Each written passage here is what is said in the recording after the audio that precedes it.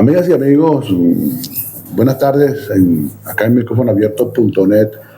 Hoy, como siempre, tenemos invitados en el programa. Esta vez, una vez más, con don Félix Serrano, un ciudadano yaracuyano conocedor, entre otras cosas, el mundo sindical, la lucha sindical para los trabajadores activos y jubilados. Últimamente está muy activo en este sentido con otros gremios sindicales, gremios de educación, el EF de Yaracuy. En fin, la lucha ha sido fuerte para ellos, pero ahí van, sobre la marcha, creo que se va concretando los sueños de todos estos trabajadores que a lo largo de su vida, los últimos 26 años, 2 décadas y media, han tenido ciertos problemas en materia de ingresos como trabajadores activos y jubilados. Don Félix, buenas tardes para Micrófono Abierto. Es un placer tenerlo por acá nuevamente. Para micrófonoabierto.net, en la radio que se oye y se ve. Bienvenido, y para usted está la cámara y el micrófono de Micrófono Abierto a la orden. He sido reiterativo en 2 aspectos en los medios de comunicación social. El primero, agradecer enormemente la invitación, ¿no?, los programas de concepto libertario, que se le permita tener la democracia verbal y que uno no ofenda a nadie, que uno no moleste a nadie, sencillamente uno enfoca su punto de vista. Y el otro enfoque que siempre he tenido, y quiero decirlo, el hecho que uno tenga un programa de radio o televisión donde había la ocasión, no es que uno le asiste, la razón es 100%, no, uno expresa una opinión, uno da una opinión, uno tiene una apreciación, y si coincide con la mayoría, bienvenido. Pero si no coincide, esa es la comunicación democrática que uno debe tener, saber respetar, porque ¿quiénes hacen los programas? Los radioescuchas en este caso. Claro, muchas gracias al micrófono, muchas gracias a Jorge por el micrófono abierto. Así es, don Félix. No, la cuestión está en que el respeto recíproco, de hecho, eso no se ha visto, eso se ha visto un poco complicado en los últimos tiempos, porque por solo hecho de pensar distinto te ha cometido un delito. De costumbre. El disentir está prohibido. Sí, está prohibido. Ahora se está abriendo el compás, más o menos, el compás democrático, que es lo que permite la libertad de expresión a los ciudadanos, como a los comunicadores sociales, a los periodistas, etcétera. Ahora que se está viendo un poco y se abre el compás, pero todavía falta mucho por hacer, don Félix. Don Félix, su lucha no ha sido fácil en estos últimos tiempos, ¿no? Se han visto muchas luchas sociales entre todos los viejitos, los adultos mayores que han estado en la calle activados, luchando todavía por su vida, a pesar del poco tiempo que le queda según el mandato divino. Siguen luchando por lo suyo, por tener por lo menos una calidad de vida en los últimos años de su vida, vale la redundancia. Las luchas que han logrado ustedes, el gremio sindical, conjuntamente con FETA Yaracuy, FETA Monteñanza, entre otros sindicatos, que han logrado hasta ahora en los últimos 2 meses que han estado luchando por las reivindicaciones sociales y de los contratos colectivos? Las luchas sindicales nunca han sido fácil. Siempre traigo a colación y tengo mucho afecto a la lectura de Ira de Stigler, ¿no? En 1884 planteó la reducción de la jornada laboral cuando se trabaja 12 a 14 horas diarias, y casi los propios dirigentes sindicales no le tenían fe, no creían en ese concepto. En el movimiento sindical en aquel entonces se movía solicitando mayores salarios, solicitando mayor seguridad laboral en los sitios de trabajo, seguridad industrial que conocíamos posteriormente, y solicitando inclusive agua. No había agua para beber a los trabajadores, y las testigos insistían que debía reducirse la jornada de labores. En 1884 hubo el primer Congreso Internacional Nacional, se planteó, definitivamente lo dejaron hablar a él de último, y se planteó la huelga nacional en 1887, 1 de mayo, y ahí nació el Día Internacional de la Clase Trabajadora. De tal manera que siempre lo llamaron el maniático de las 8 horas, era tan persistente en la idea que lo llamaron el maniático. En consecuencia de ese entonces, en 1936, para trasladarnos rápidamente a Venezuela, quizás de 1928, tampoco ha sido fácil para el movimiento sindical venezolano las luchas, ¿no?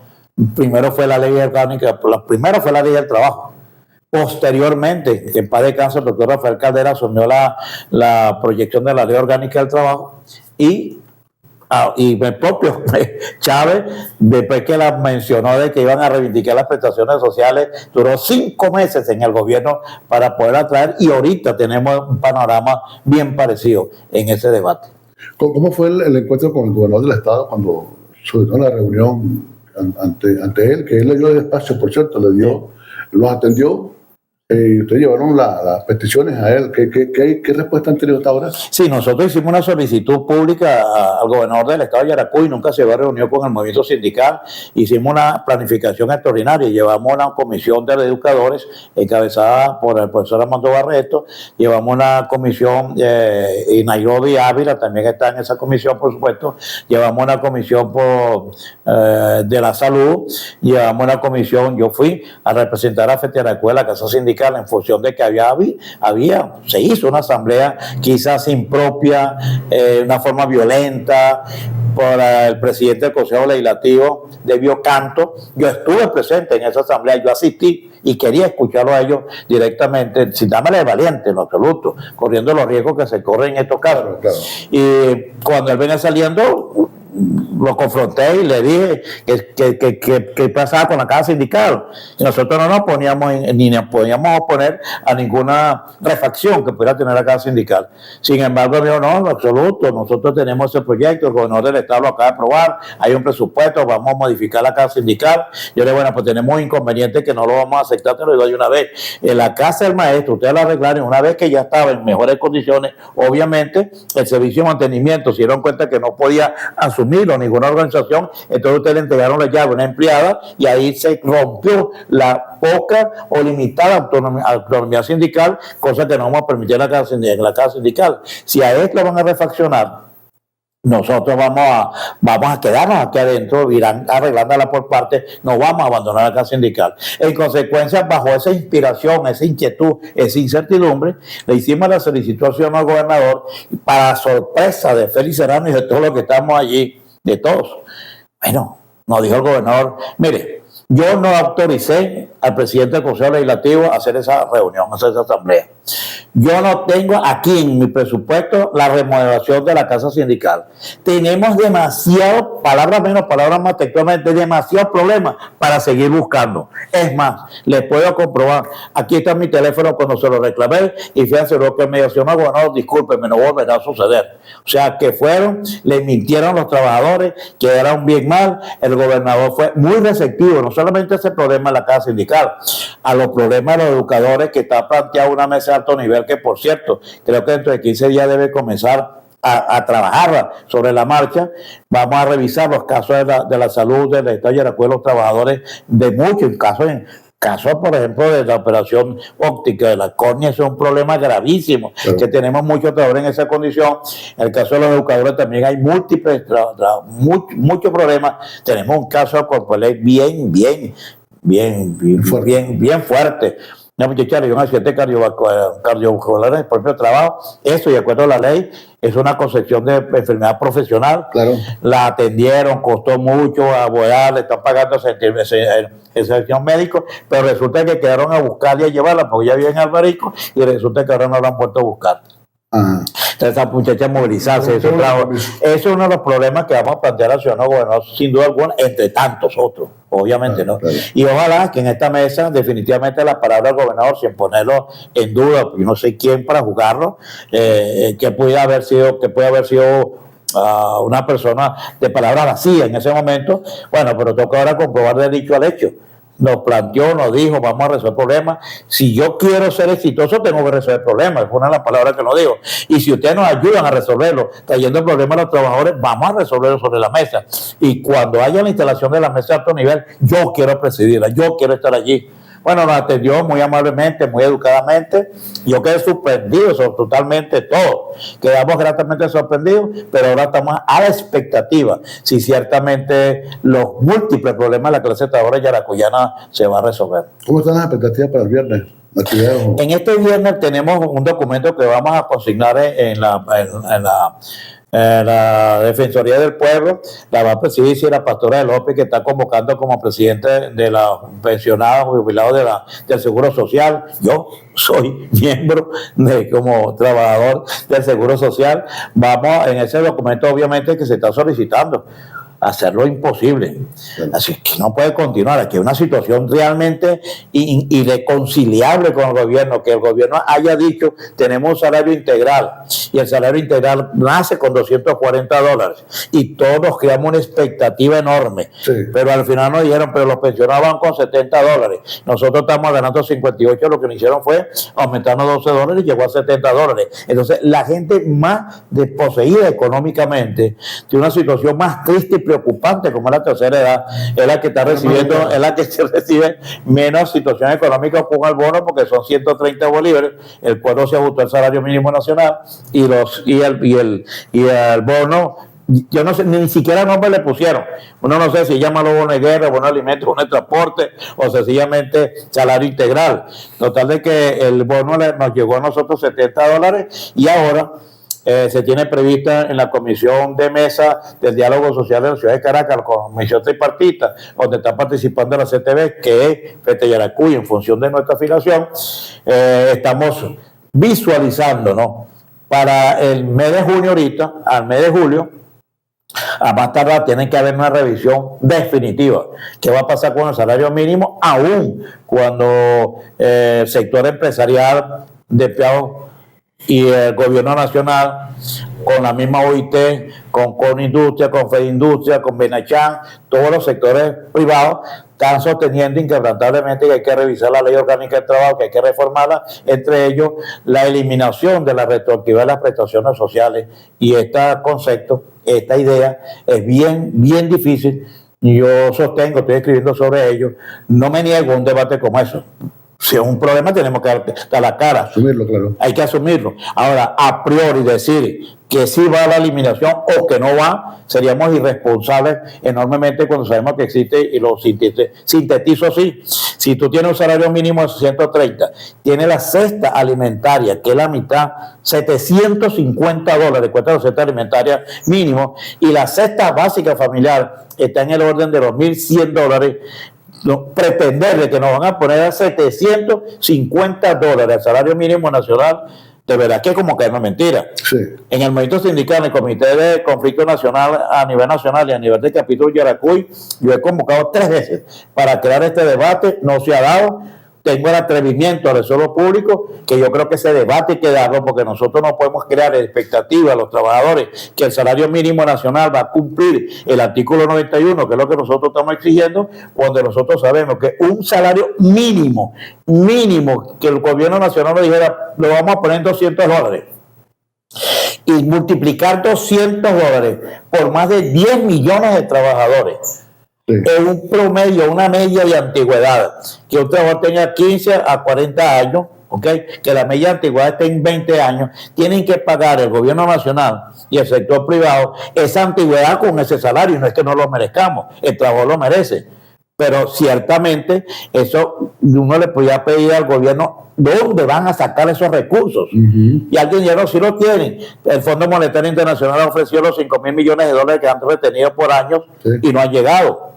Se había dicho que, por cierto, en este escenario aeronáutico de las Fuerzas Armadas de Norteamérica en Caracas, que traían los $5,000 millones y que lo iban a dejar, y se corrió mucho ese comentario en la embajada, ¿no?, que no traen efectivo. Total de que se ha convertido esto como un hazme reír, y esto es muy delicado, porque la clase trabajadora, claro, sobre todo los pensionados y jubilados, que estén ganando $70 con una inflación interanual por encima de los 550%, sí, que es increíble, más de 2 cifras mensual, una devaluación, macrodevaluación del bolívar, que la gente dice, ya cuesta más el dólar. No, necesitamos más bolívares devaluados para poder comprarlo en dólar. Y la cadena de comercialización nacional está dolarizada. Exactamente. Tú tienes que pagar en bolívares, pero tu economía no está dolarizada, tú no ganas en dólares. De tal manera que la situación es sumamente Es un difícil. estudio socioeconómico que hay que hacerlo para poder ajustar un sueldo bastante acertado y que no provoque un impacto inflacionario. Bueno, es que el impacto, fíjate tú que si eso tiene una relación, ciertamente que muchos economistas lo sostienen, que el salario causa automáticamente la inflación, y nosotros desde el 15 de marzo del 2021 no ha habido ajuste salarial, pero se ha visto inflación. Entonces no se corresponde esa verdad ciertamente. O sea, ¿quién impulsó la inflación? La inflación, si no ha habido ajuste salarial. Porque la inflación nace de una situación muy difícil de entender. Yo no domino esa materia, pero tengo la percepción. El Banco Central de Venezuela necesita mayor cantidad de dinero. Cuando tú no tienes una producción petrolera, que es la renta definitiva de económico que te alimenta la finanza del Banco Central, el Banco Central tiene que tener, sin duda alguna, todos los pagarés para que el gobierno nacional pueda pagar sus obreros y sus empleados. Entonces, si no tiene dinero, ¿qué hace? Es como un dinero inorgánico que te lo produce, que te devalúa el bolívar, te producen más bolívares de vacíos, inorgánicos, te depositan a ti en tu tarjeta bancaria que tú tienes, que es en los bonos, y tú sales corriendo y compras el comercio, y el comerciante se queda con esos bolívares. ¿Qué hace el comerciante con esos bolívares? Entonces, ahí, para mí, en economía es donde estriba la situación inflacionaria. Y ahorita hay un peligro que podemos llegar a una hiperinflación en el camino que vamos. El dólar estuvo realmente casi congelado por encima de los 485 bolívares, no llegaba a 500, pero se disparó en estas últimas semanas y estamos por encima de los 540 dólares. Ya va a llegar a 600 bolívares. Bueno, son pronósticos, ojalá que no sea así, porque esa devaluación a nosotros nos empobrece mucho más. En la medida que el bolívar se devalúa, que el Banco Central de Venezuela no pueda definitivamente producir bolívares porque no hay la rentabilidad petrolera, el Banco Central no tiene dinero, tiene que producir dinero, tiene que devaluar.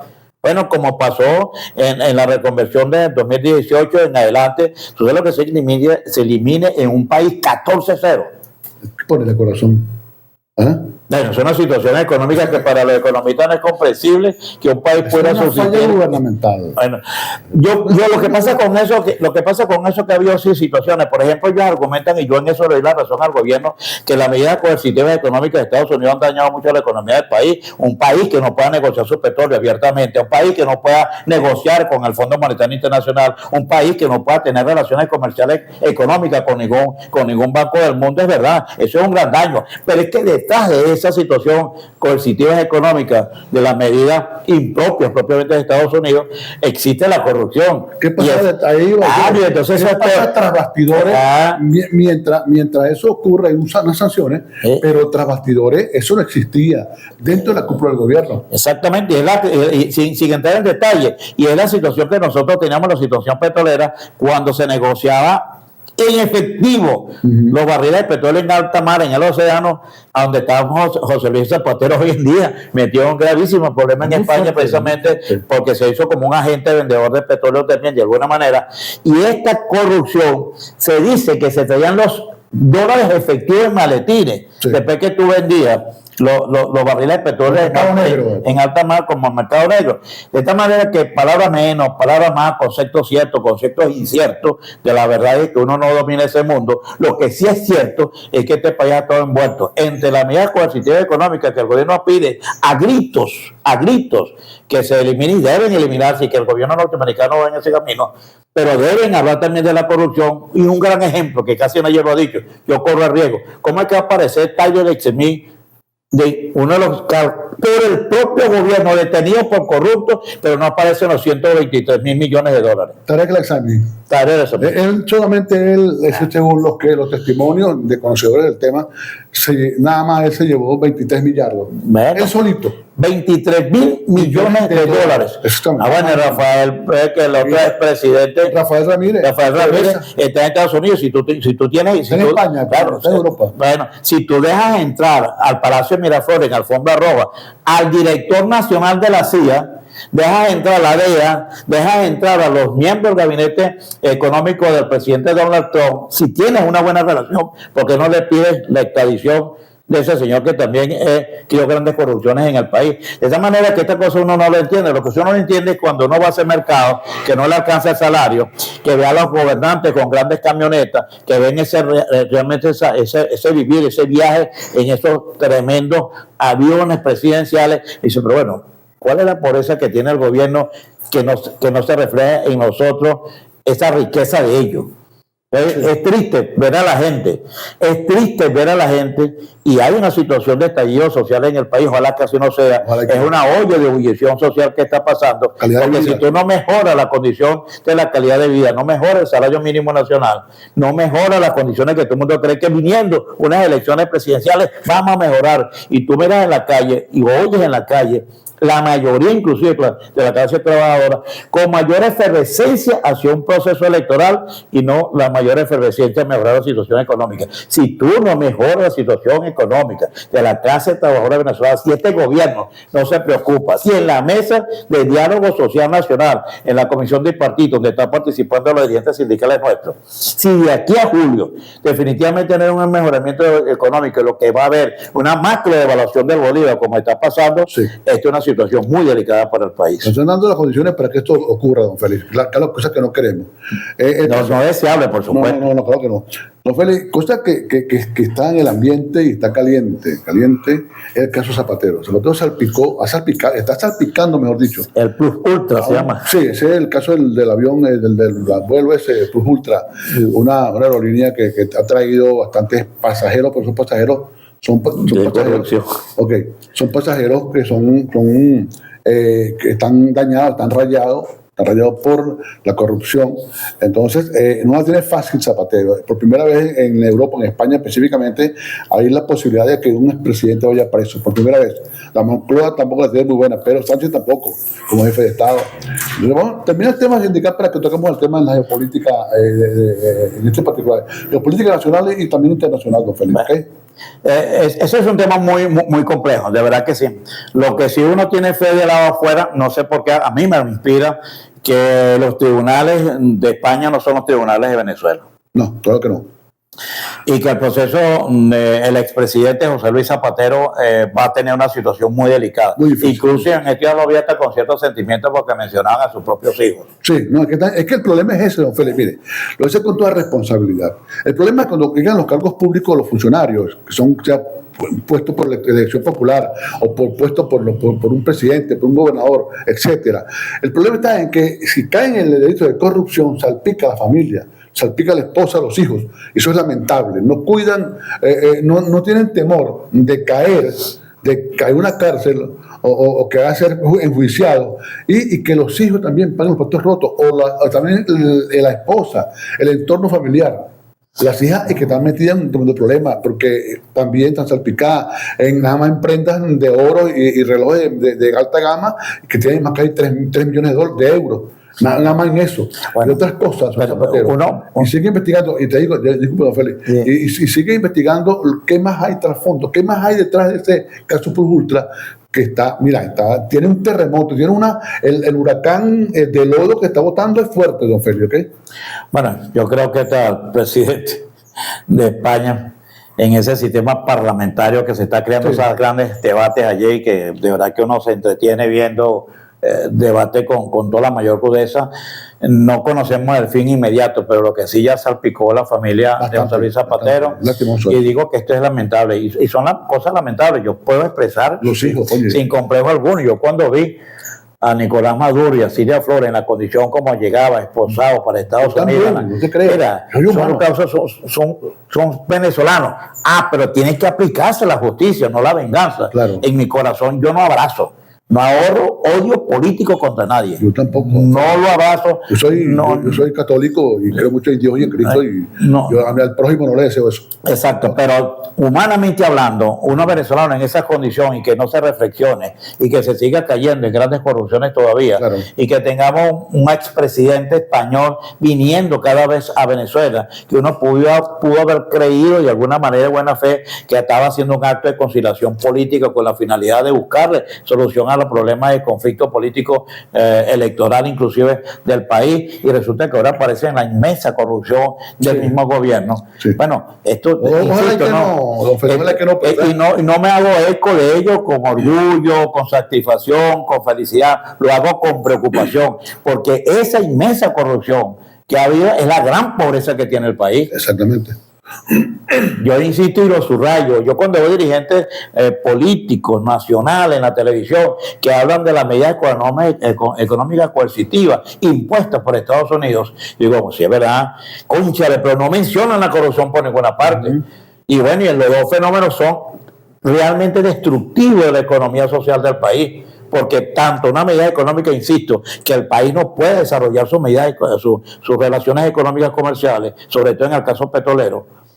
Eso es malísimo para el desarrollo económico de mejores condiciones de vida para su país, es verdad. Pero ya va. Pero si aparte de ello, lo que ha hecho la medida económica es que han profundizado la corrupción, porque tú tuviste que vender petróleo en la manera como tú lo quisiste hacer, en una forma efectiva, pues no puedes tener ninguna transacción a nivel de los bancos internacionales.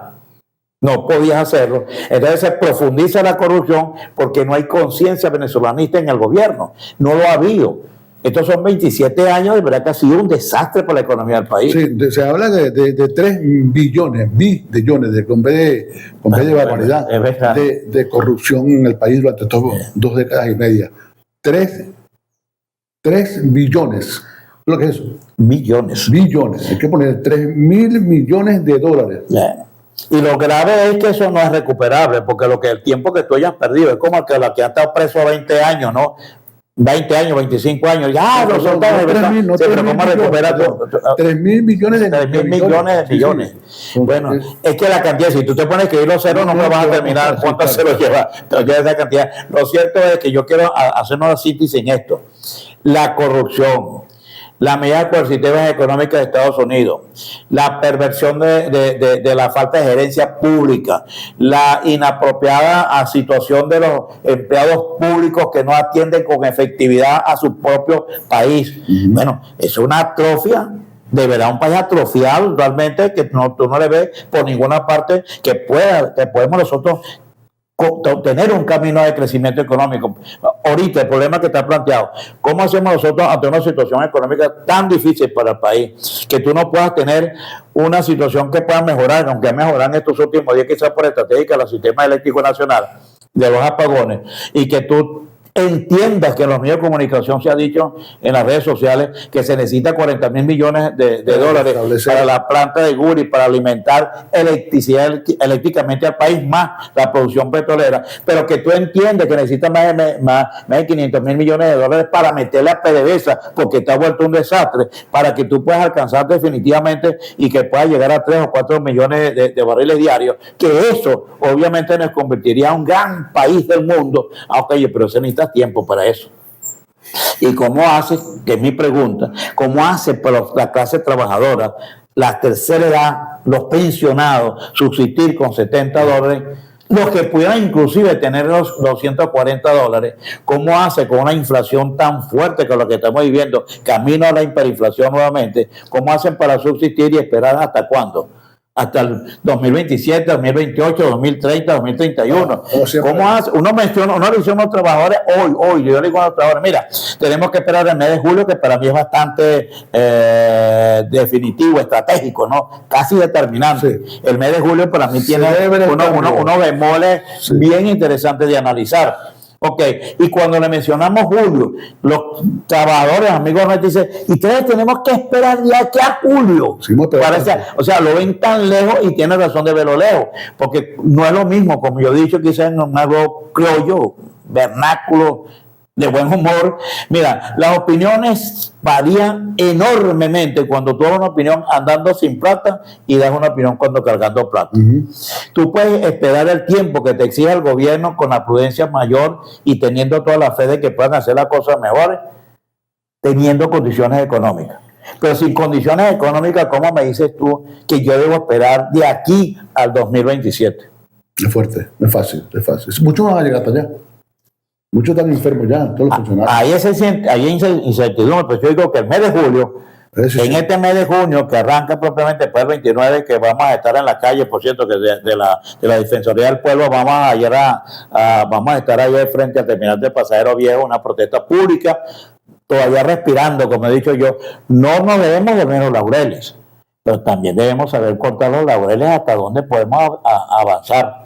No estamos en absoluta democracia, yo soy un convencido, más allá de la receptividad que tuvo el señor gobernador del estado, más allá del respeto que tuvieron con la marcha del 1 de mayo, marcha exitosísima, por cierto, que teníamos más de 15 años sin salir a la calle en una marcha pública. Más allá de eso, yo no veo una estabilidad libre y democrática en el país todavía. Hasta ahora, ese caso que pasó en Barinas, eso representa sin duda alguna un impacto a lo que está pasando en el país. Claro. Son hechos que dan señales de que todavía esto está en sentido, don Félix. Don Félix, ya en la parte sindical, ¿qué más tiene por ahí para que toquemos otro tema con lo que acabo de decir de materia internacional? El caso del estrecho de Hormuz, el caso de Donald Trump cuando quiere convertir el país en el estado 51, etcétera. Para que toquemos ese tema, ¿le parece? No, vamos a tocar. O sea, hay una organización de venezolanos que están legalizando un partido republicano venezolano, donde la primera promesa y su primera visión es crear el Estado 51 en Estados Unidos. Ya vamos a hablar de eso. Hay versiones encontradas, hay señales, muchos dicen que sí, muchos dicen que no. Esto implicaría un proceso bastante legal de parte y parte. Estados Unidos primero tiene que, eso pasaría por la Cámara Alta y la Cámara Baja, primero antes que nada, la propuesta de Donald Trump. Y también Venezuela tendrá que modificarse muchas cosas para el aspecto legal. Voluntad política aquí puede salir, aquí puede haber, de parte del gobierno, puede haber, porque hay un tutelaje entre el gobierno de Estados Unidos y Venezuela. El tutelaje, ese planteamiento por parte del presidente Donald Trump, conjuntamente con Marco Rubio, etcétera, y compañía, eso podría calar, cosa que yo no estoy de acuerdo. ¿Te acuerdas? Porque perderíamos la soberanía. Empezar por allí. Bueno, soberanía no hay, pero en todo caso sería peor todavía. Hay en teoría, pero sí, es verdad que no es soberanía. Pero en la práctica, esto es cuesta arriba. Tendríamos sus pulsos contra, don Félix. Esto es mi punto de vista, claro. Muchas cosas a favor. Por ejemplo, teníamos el ciudadano americano. No tendríamos necesidad de sacar pasaporte, de esa cuestión para viajar de un estado a otro. Ahora bien, el país pasaría de país a estado. Ajá. Eso es por un interrogante. ¿Qué pasaría con las gobernaciones? Pues ¿serían alcaldías o serían condados? ¿Cómo se llamaría eso? Para empezar por ese tema. Las regiones serían condados. Yo no sé si yo menciono mucho la palabra suerte, aunque yo no soy muy creyente vinculado al concepto de suerte ni mala suerte. Yo creo en la creación del hombre. Tuve en Puerto Rico, creo que era la tercera referendo que se hizo cuando Puerto Rico ha pretendido separarse de Estados Unidos. Recuerdo que viajamos entre ellos y tengo que mencionarlo porque éramos concejal y fue más como periodista William Ojeda y nos montamos en el primer libre y fue el primero que entrevistó a William Ojeda y le dijo, y lo pongo como ejemplo, le digo al puertorriqueño, le dijo, mire, nosotros venimos por la OIT y somos de Venezuela y queríamos saber si usted como puertorriqueño tiene inclinación o propensión a que Puerto Rico se separe de Estados Unidos. Y el señor le contestó tan corto y tan vehementemente y tan firmemente. Le dijo, mire, yo conozco la historia de Puerto Rico y creo que la autodeterminación de mi pueblo sería para abrazarla enormemente. Yo creo en eso, yo creo en ese principio. Pero separarnos de Estados Unidos cuando Estados Unidos nos brinda todas las mayores posibilidades del mundo. Mis hijas están estudiando en Estados Unidos. Yo viajo a Estados Unidos cuando yo quiera. Yo tengo pasaporte de norteamericano y aquí hablamos inglés, hablamos el español. O sea, yo sí veo a Puerto Rico en otras condiciones económicas, yo estaría de acuerdo con la autodeterminación. Pero Puerto Rico yo no le veo condiciones para vivir en lo que estamos viviendo hoy. Actualmente ese es el detonante a que okay. Creen eso. Ok, pero eso es una cuestión muy, muy, muy delicada, que tú quieras decir, yo estoy en contra de mi autodeterminación de mi pueblo venezolano. Yo voy a echar por tierra la libertad que nos dio el gran libertador Simón Bolívar y todos los patriotas nuestros, en función de la libertad que crearon contra la colonia española, si tú te metes en ese tema de la autodeterminación de un pueblo, ¿cómo podría estar en contra de que Venezuela dependiera de Estados Unidos? Pues si te metes en el sistema económico con este gobierno, yo estoy seguro que alguien va a decir, bueno, pues yo prefiero Estados Unidos que prefiero este gobierno. Lo han dicho, don Félix. El tema es un tema muy complejo, sí, muy difícil. La última encuesta que se hizo, una encuesta seria de Estados Unidos, la gente aquí está de acuerdo con eso. ¿Por qué razón? Responsabilidad de los gobernantes, don Félix, así de sencillo. Porque si unos gobiernos que han pasado por aquí, desfilados presidentes, que han pasado, claro, hasta el año 2000 que llegó el presidente Chávez, de ahí para acá, más lo de afuera, de este tiempo para atrás, los errores se han acumulado, errores que han tenido consecuencias negativas para la calidad de vida del ciudadano. El ciudadano ha perdido calidad de vida. En más de estos últimos años, la ha perdido. No hay realmente una política social que ayude al venezolano, al de a pie sobre todo, a tener una buena alimentación. Comen, más no se alimentan. Les cuesta para comer proteína. Les cuesta mucho. ¿Por qué? Por el sueldo que se tiene.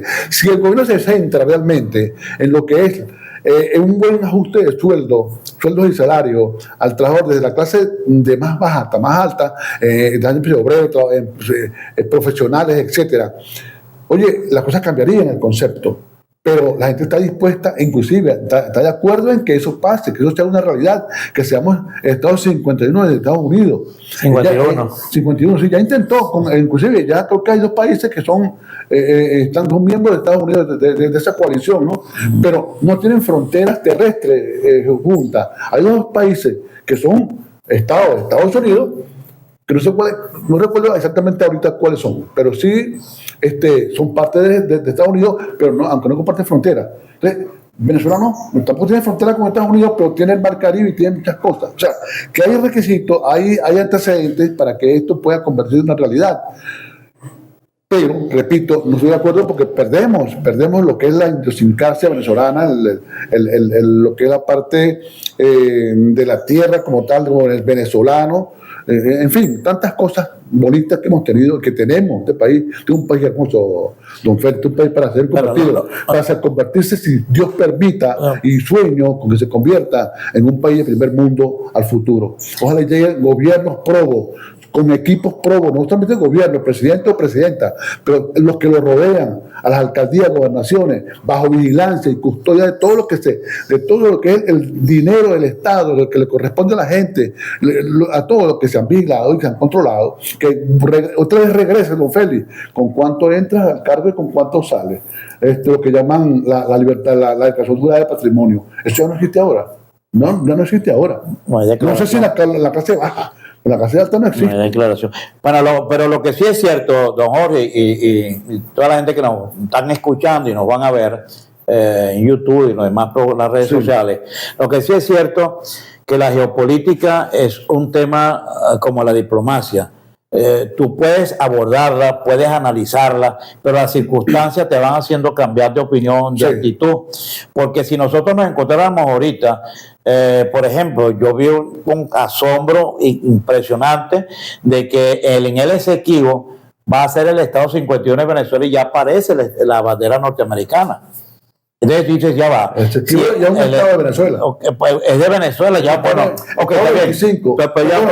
Bueno, yo tengo una. Está bien, pero el gobierno lo declaró, pero no es, esa es la verdad. No lo es, exactamente. El Esequibo no está nuestro. Nosotros, ahí está la ExxonMobil y tanto las empresas petroleras, la italiana, internacionales, están sacando petrolinos para Venezuela. Y Venezuela no está recibiendo esa economía. De tal manera que cuando uno mira esta materia de lado afuera, insisto, materias muy complejas, muy difíciles para tú poderla discernir, para poderla calificar, para poderla descifrar. En consecuencia, dice, ya va, tú revisas el mapa de Venezuela y en el Esequibo aparece la bandera norteamericana como el Estado 51. Entonces tú le preguntas a cualquiera y dice, bueno, para que lo tengan entonces, ok, Holanda, que lo tenga Inglaterra o que lo tengan otros países explotando. Bueno, yo prefiero que lo tenga Estados Unidos, pero que no vengan los reales, el dinero económico petrolero para Venezuela. Entonces tú conjugas la geopolítica con la geoeconómica y entonces ahí se enredan, como se dice el papagayo, pues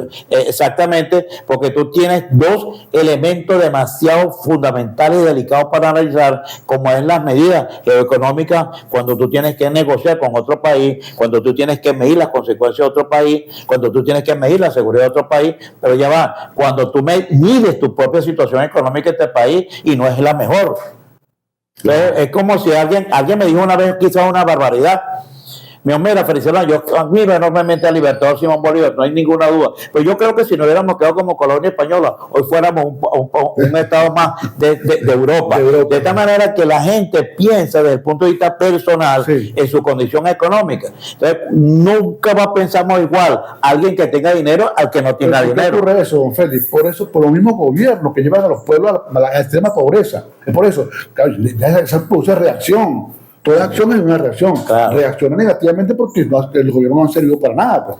Entonces, ¿qué piensan? En Europa, en Estados Unidos, lo que llaman el sueño americano, que es una pesadilla ahora, porque el que entra allí, bueno, ahora está más suave la cuestión, porque le han caído a los inmigrantes de Estados Unidos. Ok, pero nosotros tenemos una referencia, nosotros tenemos dos referencias extraordinarias. La primera referencia histórica, con el Libertador Simón Bolívar lo sigo mencionando porque sencillamente es la libertad del país que nosotros tuvimos. Y hay otra referencia. Nosotros duramos no 40 años, nosotros duramos 44 años de democracia con los gobiernos de Acción Democrática y COPEI.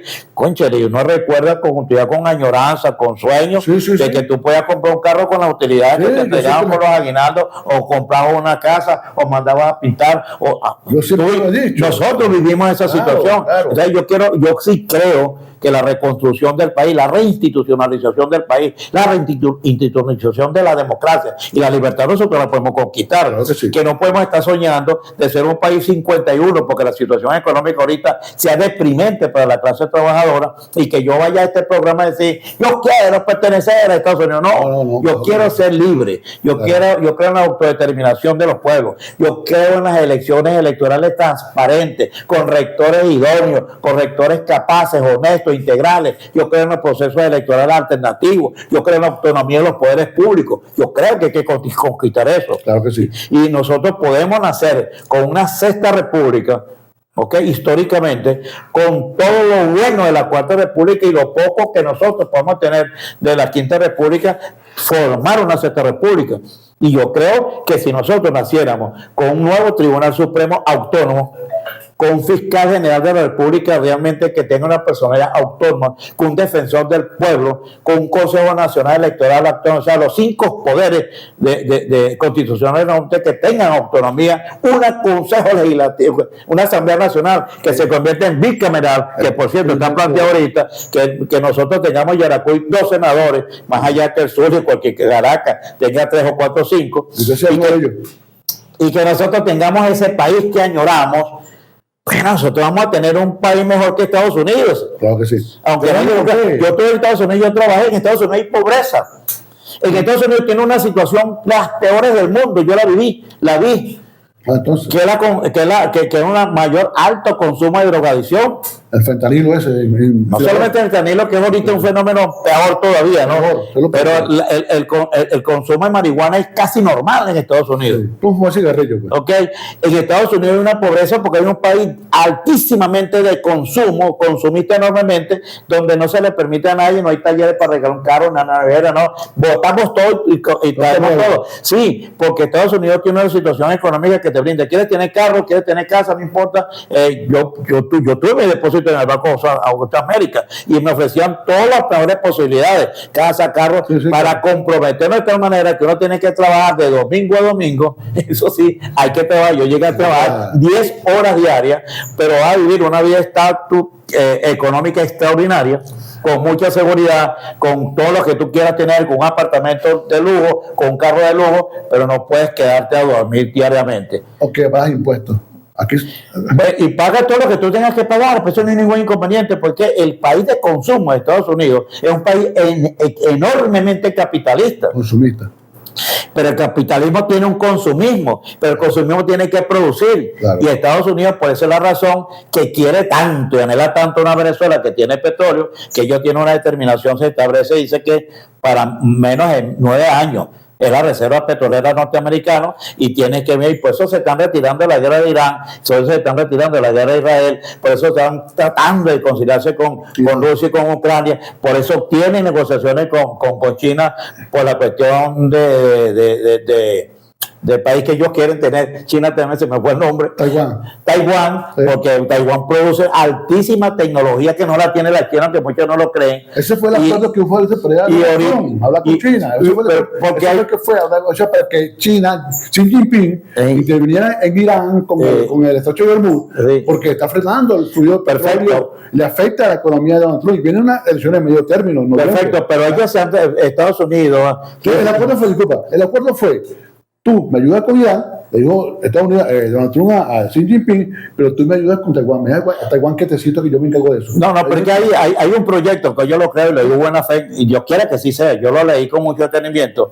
Hay un proyecto multipolar universal, por llamarlo. Es decir, Ucrania puede pasar a Rusia. Ucrania fue la capital de Rusia, sí, de la Unión Soviética en aquel entonces. En consecuencia, Rusia no es para esclavizar a Ucrania. No es para poner preso a todos los que estuvieron en contra no es para romper su autonomía y su democracia. Igualmente, Estados Unidos no es para acogerse a Latinoamérica y convertirlo en pobreza. Igualmente, China no es para agarrar a Taiwán y convertirlo en pobreza. No, se han dado cuenta de que las guerras no producen economía, no tienen productividad de felicidad, no tienen productividad de paz y han gastado demasiado dinero en las guerras. Y Estados Unidos ha gastado mucho dinero y en consecuencia me dice, mira, vamos a entendernos.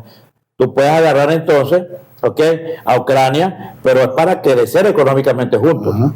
Yo voy a tener estados a Latinoamérica, voy a recuperar Nicaragua, voy a recuperar Cuba, voy a recuperar el país, pero para que ese país latinoamericano completo, desde México hacia acá, perfecto. Entonces, si eso fuera un proyecto cierto, que respeten la autonomía, la autodeterminación de los pueblos, claro, pero que tengamos relaciones bilaterales, económicas y comerciales, como dicen los propios norteamericanos, ganar, bienvenido. Yo no soy una profundización de la ideología política económica en esa visión que es muy compleja, que es muy difícil. Yo menciono mucho estas palabras, porque uno apenas medio lee. Y lo que lee, quizás hasta con inteligencia artificial, no es lo cierto lo que está pasando en esos países, pero sí lee uno que si tuvo Donald Trump con Xi Jinping en China, ¿a qué fueron? Xi Jinping. No fueron Xi Jinping. ¿A qué fueron? Yo no creo que fueron a abrazarse, sencillamente para saludarse. Exacto. No, existe una situación económica mundial que tiene que ver con la situación que está pasando en el estrecho de Hormuz, por supuesto.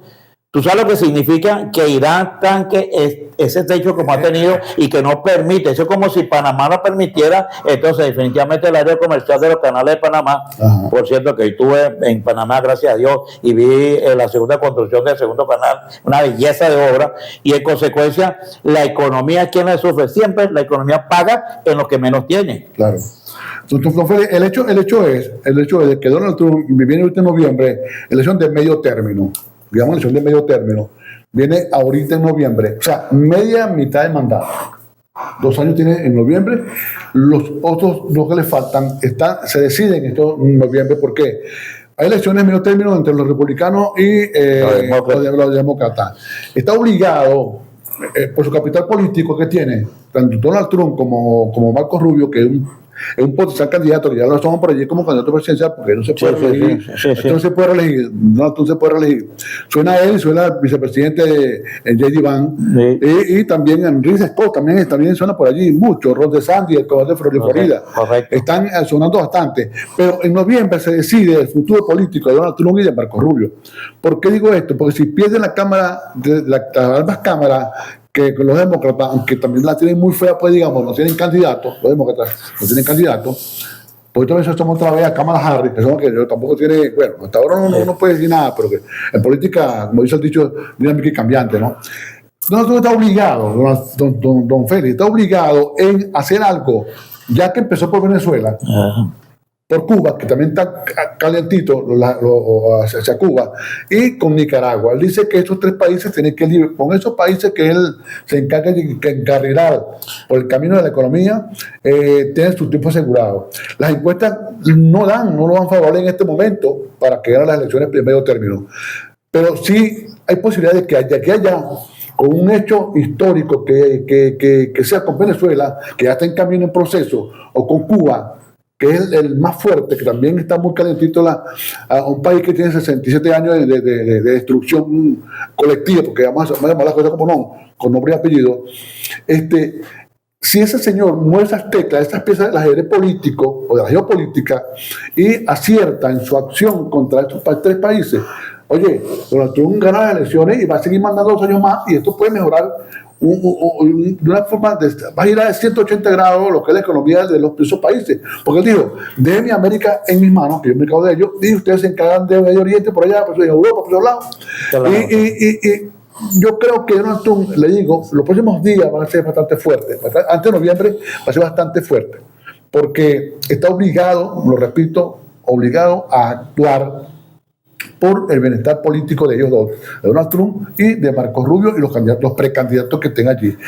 El estrecho de Hormuz, que es el paso de los tanqueros petroleros, que es donde pasa todo, le pasa el 80% del petróleo que se dirige hacia Europa, está controlado por Irán, por los iraníes que tumbaron la cabeza a los 20 viejos esos barbudos que estaban allí al frente de un gobierno teocrático.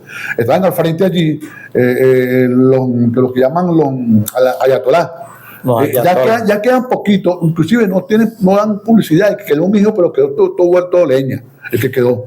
Le han dado duro, les han explotado varios centros de fabricación de armas nucleares, y aún así no han podido con Irán. Irán es un país muy fuerte, aparte que es muy grande también, y el acuerdo que fue Donald Trump a China fue a eso. También fue a Rusia, ¿qué fue? Va a ir, va a recibir también al presidente, a Putin. ¿Por qué está buscando acuerdo? Que eso se frene y que den libertad de tránsito del petróleo, las petroleras, porque para frenar el aumento de la gasolina en Estados Unidos, que es un detonante muy fuerte a la hora de elecciones, está obligado a actuar para que le baje la gasolina o se la frene el precio del combustible. Por eso sí es verdad que es fuerte para él, ¿no? Entonces, él, está obligado a hacer muchas cosas de aquí a noviembre para poder ganar las elecciones en medio término y garantizar el futuro político de los republicanos. ¿Usted opinión al respecto, don Félix? ¿Qué dice sobre eso? Bueno, déjame aclarar algo. Vamos a terminar. Sí, seguro. Vamos a terminar con esto y yo invito, ¿no?, a que tengamos esta investigación. Yo tengo mi duda en ello, no tengo conocimiento exactamente, no me puedo meter en la Constitución Nacional, pero la información que tengo es que la geopolítica, la geoeconomía de Estados Unidos no la dirige el presidente solo. No la dirige el presidente solo. El presidente tiene que reunirse para cualquier decisión fuera de Estados Unidos, por la propia Constitución de seguridad de la nación. Tiene que reunirse en primer lugar con senadores. La Cámara. Que la Cámara de Senadores, que es la que determine, porque la Cámara, pero la Cámara, la mayoría de senadores es la que determina que es ok. Y ahorita lo tiene el republicano y por eso que ha trabajado con facilidad de otra manera. Pero más allá, tienen que reunirse con el Pentágono. Pero más allá, tiene que unirse con el Estado del Tesoro de Norteamérica. ¿Por qué estos 4 poderes? Porque el presidente tiene una opinión, ciertamente como el presidente de la República. Los senadores tienen una opinión política también. Entonces, pero el Pentágono tiene una opinión militar. Pero que el Estado del Tesoro tiene una opinión financiera, que es el que tiene que financiar. De tal manera que si los republicanos perdieran, circunstancialmente, la mayoría de la Cámara del Senado, y perdieran el Congreso Nacional, quedan 3 poderes y Donald Trump sigue siendo el presidente de Norteamérica. Sí, pero políticamente no tendría fuerza. No, pero habría arreglo como lo hubo con los 7 norteamericanos que este gobierno puso en libertad y lo dejaron libertad para negociando con los sobrinos de Cilia Flores, con John Biden, porque los senadores demócratas, que eran la mayoría, y republicanos se pusieron de acuerdo y decían John Biden, nosotros estamos en la obligación de rescatar a ciertos norteamericanos que en Venezuela. Si estos señores que están calificados como narcotraficantes que devolverlos, se devuelve.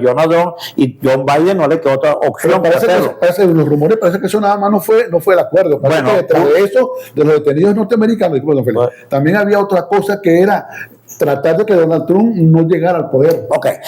Estados Unidos juega la política como lo jugamos nosotros, no son fenómenos no vienen de Marte, son seres humanos, son pensantes, cometen errores estratégicos, pero lo que sí es cierto, y por eso que digo que hay que seguir estudiando esto, es que la Constitución Nacional no le permite a ningún presidente norteamericano tomar decisiones geopolíticas si no hay acuerdo con los 4 grandes poderes norteamericanos. De esta manera que los senadores tienen una opinión muy incidente con el presidente de la República, con el Pentágono y con el Tesoro del Estado, tienen una opinión bien interesante, pero esa apreciación tiene que ser conjugada en forma de esos 4 poderes. Y en consecuencia, lo que yo quiero terminar con esto, que es para lo que nos interesa en Venezuela, muy pendiente de lo que viene en la Asamblea Nacional con la reforma de la Ley Orgánica del Trabajo y la eliminación de las prestaciones sociales, que es una situación de las prestaciones, ni siquiera de la retroactividad.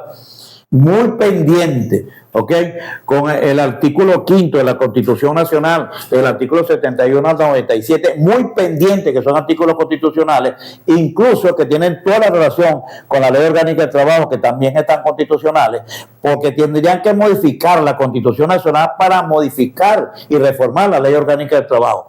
Y estas situaciones, en principio, nos pueden llevar a una gran alegría, porque está planteado que va a volver el sistema bicameral y que vamos a tener la Cámara de Senadores y Diputados aquí en el Congreso Nacional, y que la relación electoral ahora con el nuevo Consejo Nacional Electoral va a haber toda la transparencia del mundo, que no hay forma de manera de que tú no tengas dudas sobre ese proceso electoral. Eso nos puede entusiasmar, eso es extraordinario, eso es bueno, pero la modificación de la Constitución Nacional, la reforma y la reforma de la Ley Orgánica del Trabajo, hay que mirarla con mucho cuidado.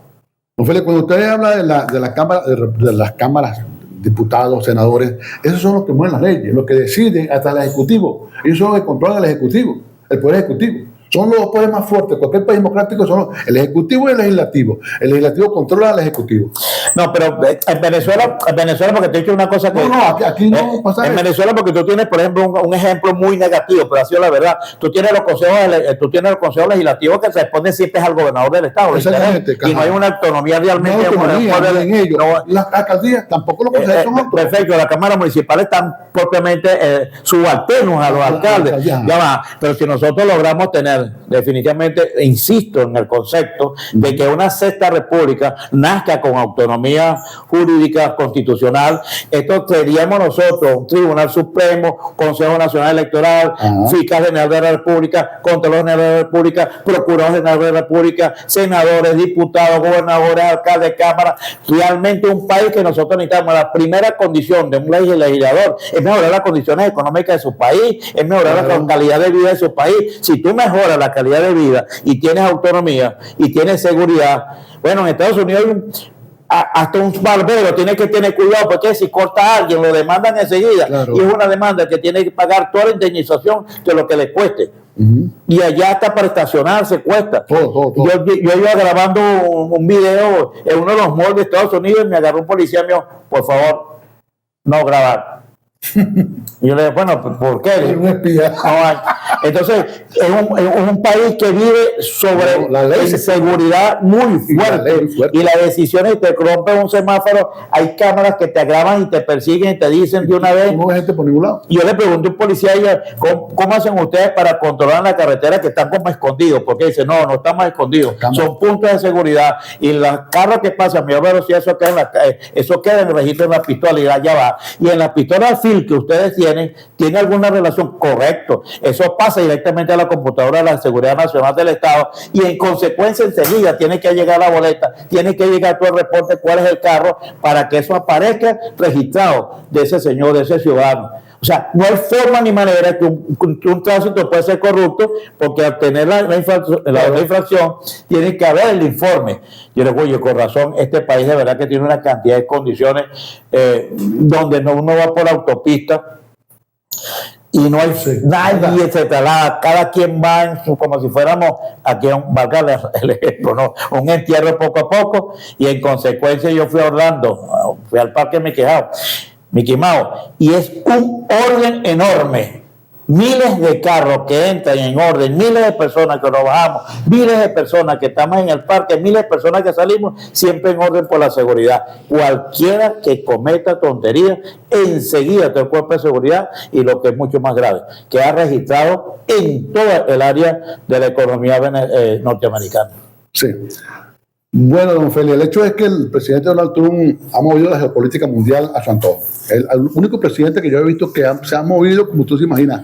Yo no conocía a otro presidente que hiciera tantas cosas en menos de 2 años. Bueno, ni tanto así, porque no he podido con Irán, y no que me llena de alegría eso. Sí, no, claro, pero sí, bueno, otras cosas sí ha logrado, okay. No, Bien, amigas y amigos, hasta aquí el programa de hoy, micrófonoabierto.net, a través de micrófonoabierto.net. Esto va para YouTube también y para las redes sociales. Esta interesante entrevista con don Félix Serrano, sindicalista, conocedor, bueno, ustedes lo oyeron, conocedor de política, un poquito de economía, un poquito de todo. Ese lo hace la vida y también la experiencia. Hasta aquí, queridos amigos de micrófonoabierto.net. Será hasta otro día. Mañana puede ser. Este programa va a ser reproducido mañana en misma radio.net y a través de redes sociales. Buenas tardes.